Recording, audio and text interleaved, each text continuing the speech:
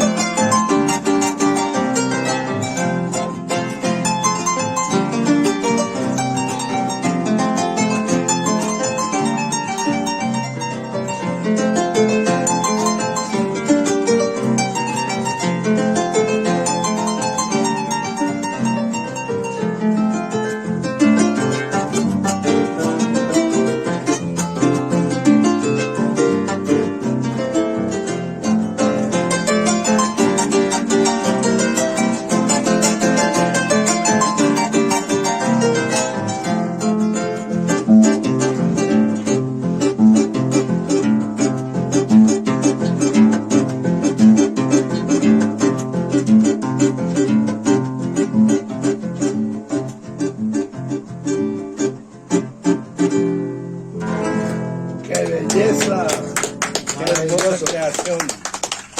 Adelante.